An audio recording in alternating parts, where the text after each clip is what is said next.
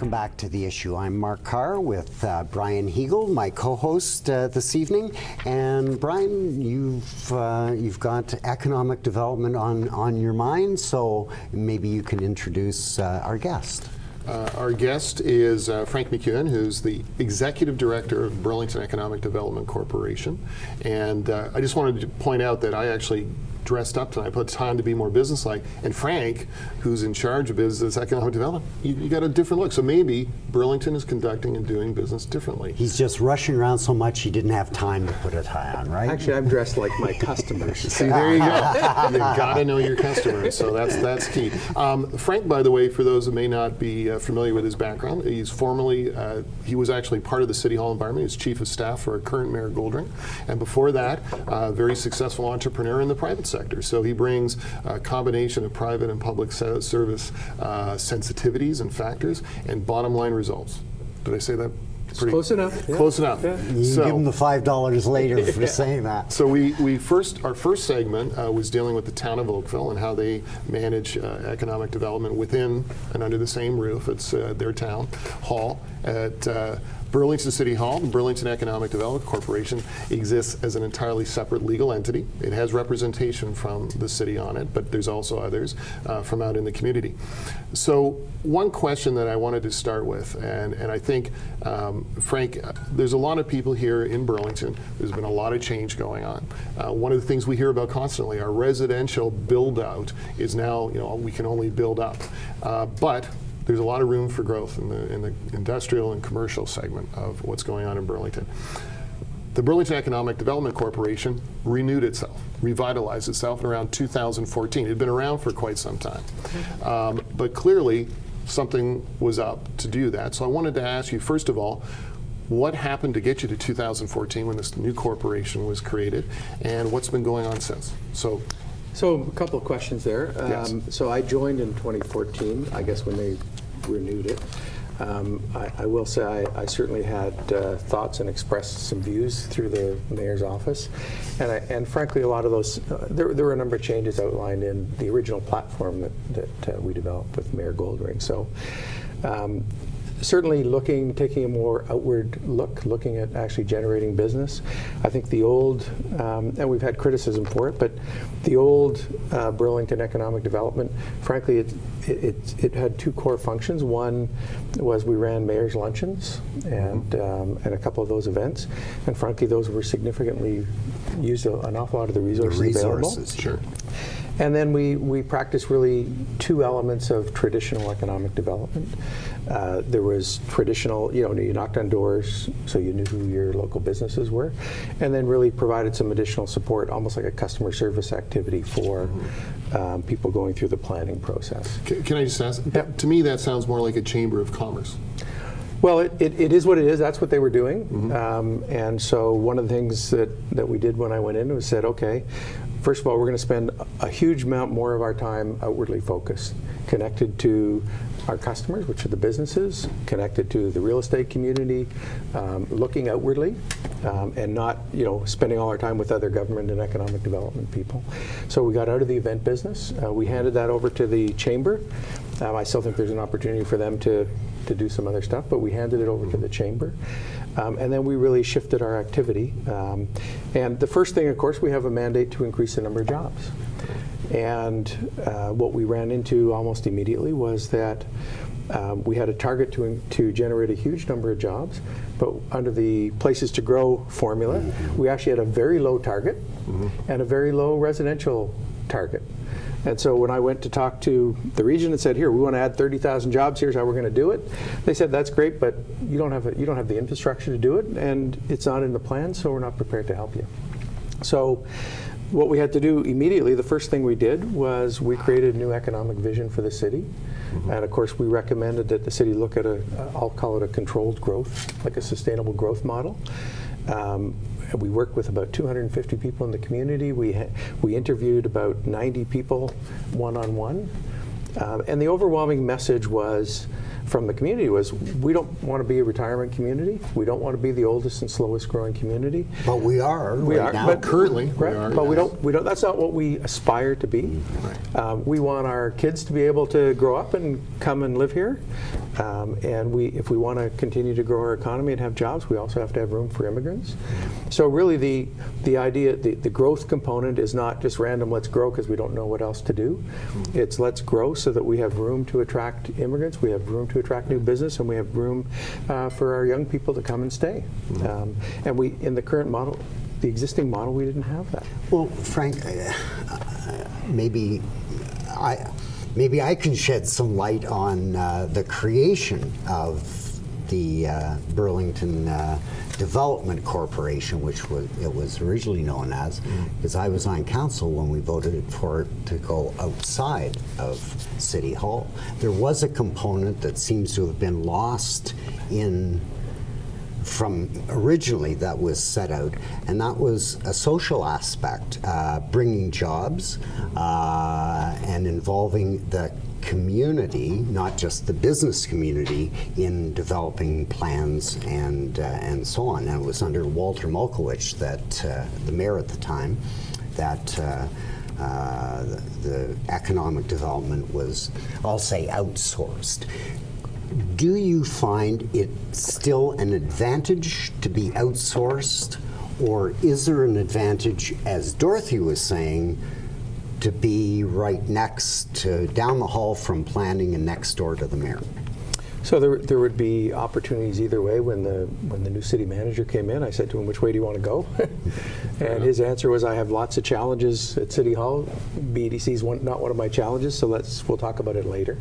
That's the I'll get to you message. I'll get to you, but you're not my priority right now.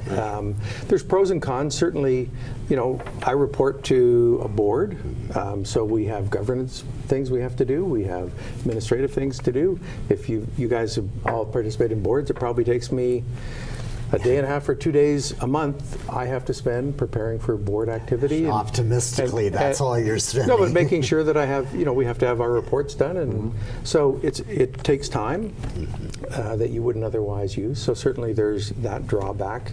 I will say that our board is, we have a very strong independent board. We have some councillors on it and the city manager, but we have 7 very strong independent board members, and I can tell you that they're of tremendous value to our organization to have access to that group of people, and we use them all the time. So there's pros and cons. I think, somebody asked me about Brexit, and what do businesses do? Businesses take a look at the environment, and somebody changes the rules, and they go, okay, the rules have changed, and we have to adapt and figure out how to move forward under the new rules. Under this model, we're going ahead in a certain way, and if we were within the city, we would just adapt and do things a little bit differently. So it's interesting that, Mark, to go back to what you were saying, I think at the time when the business development was created as a separate corporation, that was innovative. I don't think there was a lot of that going on. But now you're at a stage, and so there you go. And Frank would say thank you too, because he's now working there. But in terms of where it is today, I was a little concerned, and I think this is speaking as a Burlington citizen. I believe jobs, and really Burlington, the economic development, that's just a code word for jobs, should be the #1 priority for the city and the city manager and city council and staff. Everything should be rolling in that direction. Having said that, there's a time, you have to allow someone to get in there. I know it's your priority. What I wanted to ask you now is, okay, so you mentioned about a vision. City council created its own vision 25 years out. You didn't go quite so far at the Burlington Economic Development Corporation. You have about a 10-year vision. You're a year into it. I wanted to ask you if you could. I've read the report, and it uses words like pillars and enablers, and I'm accused as lawyers of using jargon, so I see it, I recognize it. Can you give us sort of the 2 or 3 minute, that vision in terms of how does Burlington look today, and I know you've brought some information, and the vision of where currently, 10 years from now, you and the organization see it going economically? So, okay, economically, we really are looking at pillars. A pillar is a term that you use in these documents to say, here's what I'm going to focus on. I can tell you our number one focus is on the prosperity corridor and how do we activate jobs in the land along that prosperity corridor. Can we, Sure. I think we've got some material here that we can put up on the screen, the prosperity corridor, so people will know what you're talking about a little bit. Okay, so we can use this one here. The prosperity corridor is really the green and the purple shaded areas.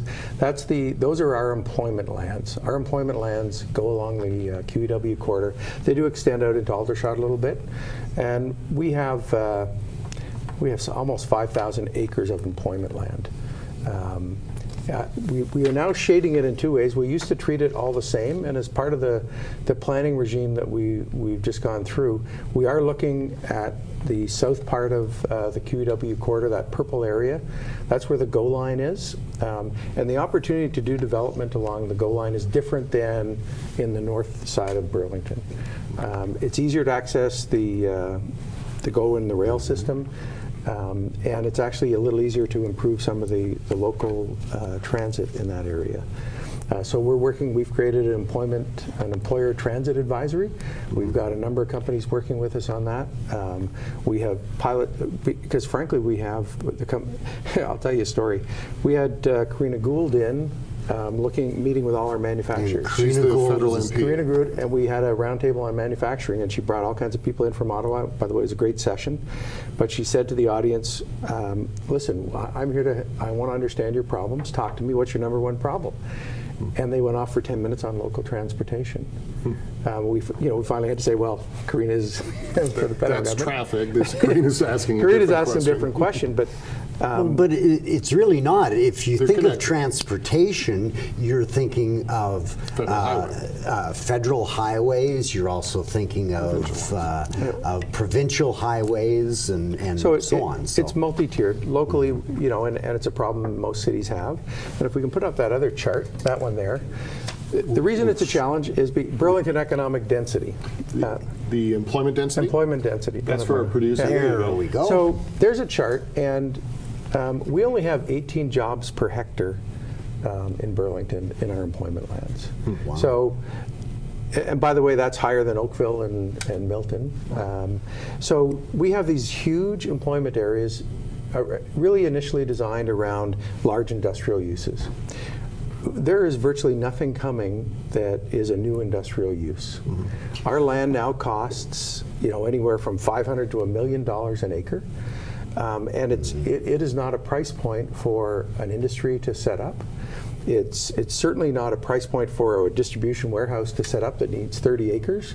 They're going to Brantford, or you can go out to Brantford in that Ingersoll area. You UPS, don't have to go very far. Yeah. Well, but UPS set up here and in Oakville. That's right. Yeah, so they have a different model, but for the most part, you're not going to see that. Land in Ingersoll or Woodstock is $25,000 an acre, and if you're looking at that transit corridor, if you're shipping product across into the U.S., so part of it is understanding what kind of businesses are going to come here. All the data we have says, by the way, that about 70% of jobs are going to come from businesses that start here. The data is overwhelming, and Burlington is a city of entrepreneurs. It has been built on that. And so a large part of our focus, we're going to focus on the employment districts and what we have to do to get jobs going. And the other focus we will have is to focus on supporting startup businesses and new business activity.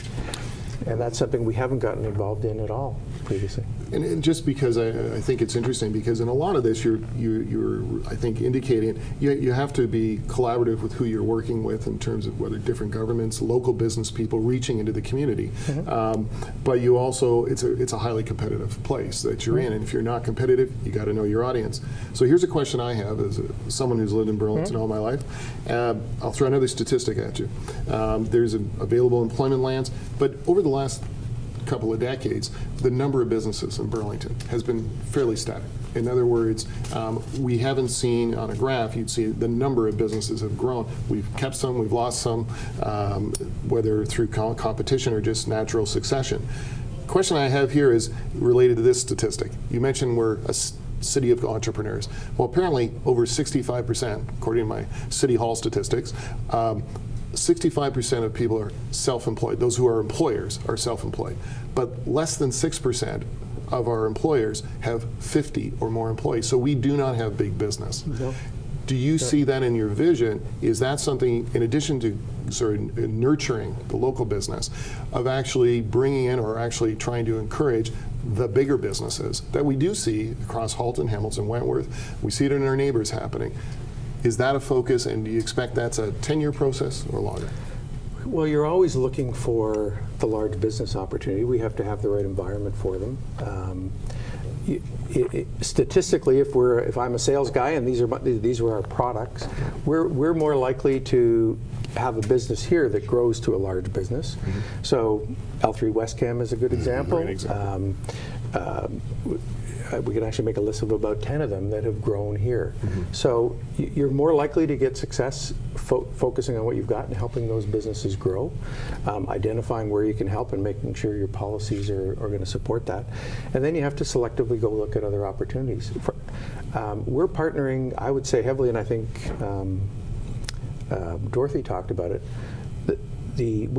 We work with the real estate community far more than we ever did before. I had 8 guys in for breakfast this morning, and we're working with them all the time. Who are they talking to? What are the opportunities? What are the issues they have? How do we knock down those barriers? 76% of people that are businesses that locate come in and lease space.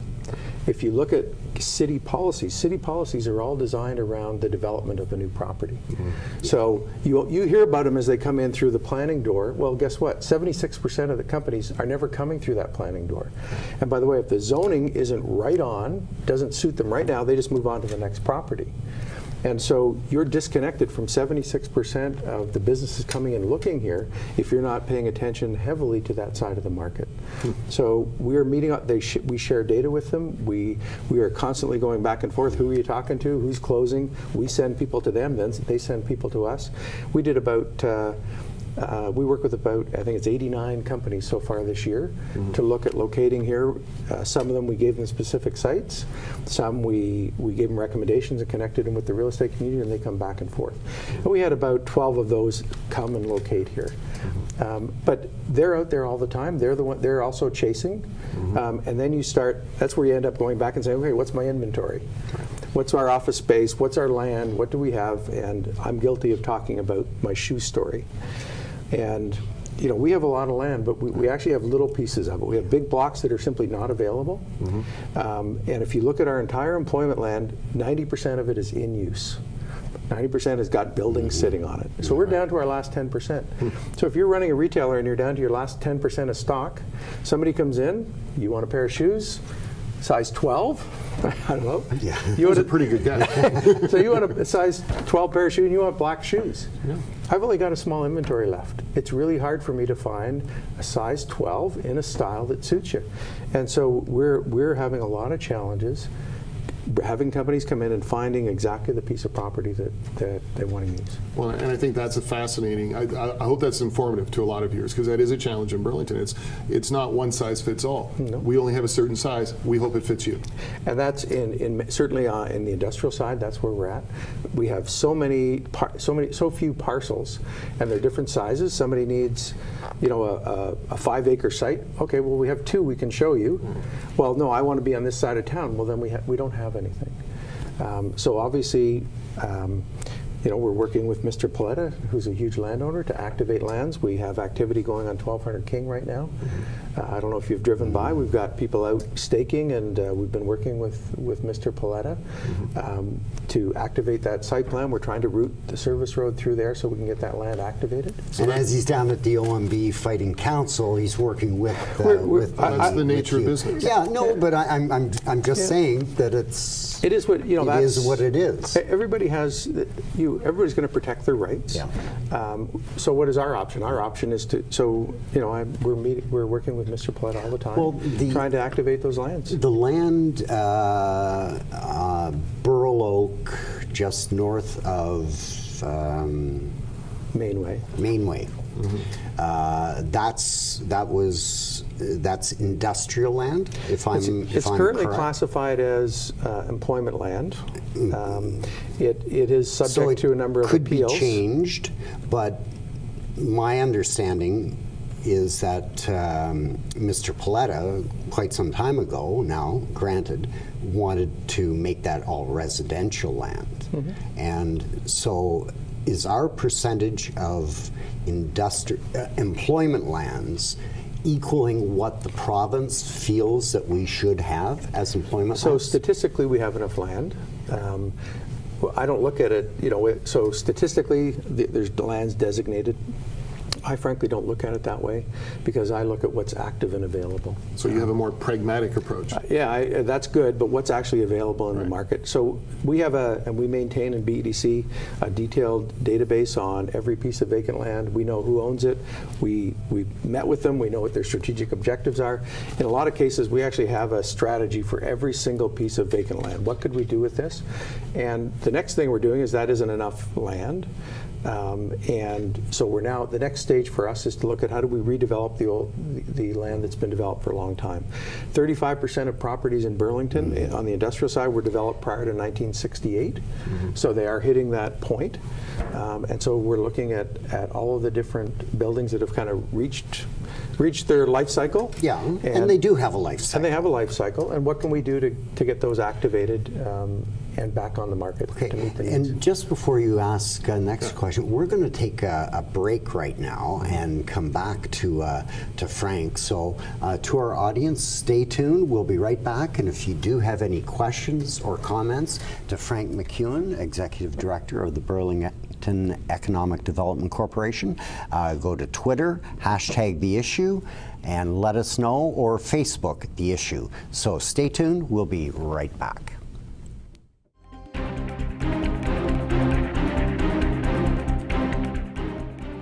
Welcome back to The Issue. I'm Mark Carr with my co-host Brian Hegel, and our guest is Frank McKeown from the Burlington Economic Development Corporation. And I'll turn it over to Brian. So I was talking earlier in the show with your counterpart in the town of Oakville for their Economic Development Department, which is part of Town Hall. You're separate in the BEDC, the Burlington Economic Development Corporation. She has a team of 4. Lots to accomplish, lots of homework to do, lots of trying to attract and to welcome and have things grow. How many do you have on your team to make your vision happen in Burlington? So we have a team of 6, which includes myself, obviously, and we also, I think as Dorothy pointed out, she doesn't have to do some of the admin work that we have to do with our board, so we have an administrative person to help. So that's your day-to-day management and staff. That leaves aside your governing body, which is a board of directors, which includes representatives from the city. Correct. Her governance is really city or town council in Oakville case. So different model, different structure, and we'll have to all hopefully be watching the results. A lot of the discussion today has, on both Oakville and Burlington side, has been about available lands, use of land in the future, where it's going, where are the priorities. Burlington's undergoing a revisiting of its official plan after a long time. So this is great timing, I would think, for the BEDC to get in there, advocate, try and influence so you can accomplish what's ahead for your 10-year vision and beyond. So what's going to happen? What's BEDC going to do now as this official plan process is underway? So the official plan... Simple question, No, difficult answer. You got about a minute. No, it's easy to answer. We got involved 2 years ago. We have been an active part of all of the planning process. And the way we did it, we did a whole bunch of work with our board. We established what our guiding principles were in terms of what BEDC wanted to see out of the OP. What did we believe had to happen for Burlington to be able to make progress economically. We started with those guiding principles, and we've been working with the planning department for the last 2 years based on those guiding principles. And I report back to the board on a regular basis saying, here's where we are on the OP, here's where the guiding principles are, here's where we're happy, here's where we're still working with them. And so we've been doing that for 2 years. Well, if economic development is a true priority at City Hall, they'll be listening to you. I have to ask one last question. Tonight is the wild card game. You were predicting about the economy and everything else, different context. Orioles or Blue Jays? The Blue Jays will win tonight. What else? Is he Just so gonna, you know, when what they else replay is he this, they're going to gonna come back say? and go, wow, he What knew. else is he going to say? You know something? I'm going to take a different we can do a tack, retake and I'll say the Orioles are going to win. I'll say put that one in. I'll say the Orioles, unfortunately, are going to win tonight. I'm going to so say when the it's team, replayed, I'll be the successful. and I'll be the one that's right. The team that gets the most runs will win the game. I thank you, Brian Hegel, for being a co-host here tonight. Thank you, Frank McKeown, the Executive Director of the Burlington Economic Development Corporation. And we want to thank you, the viewers, for joining us.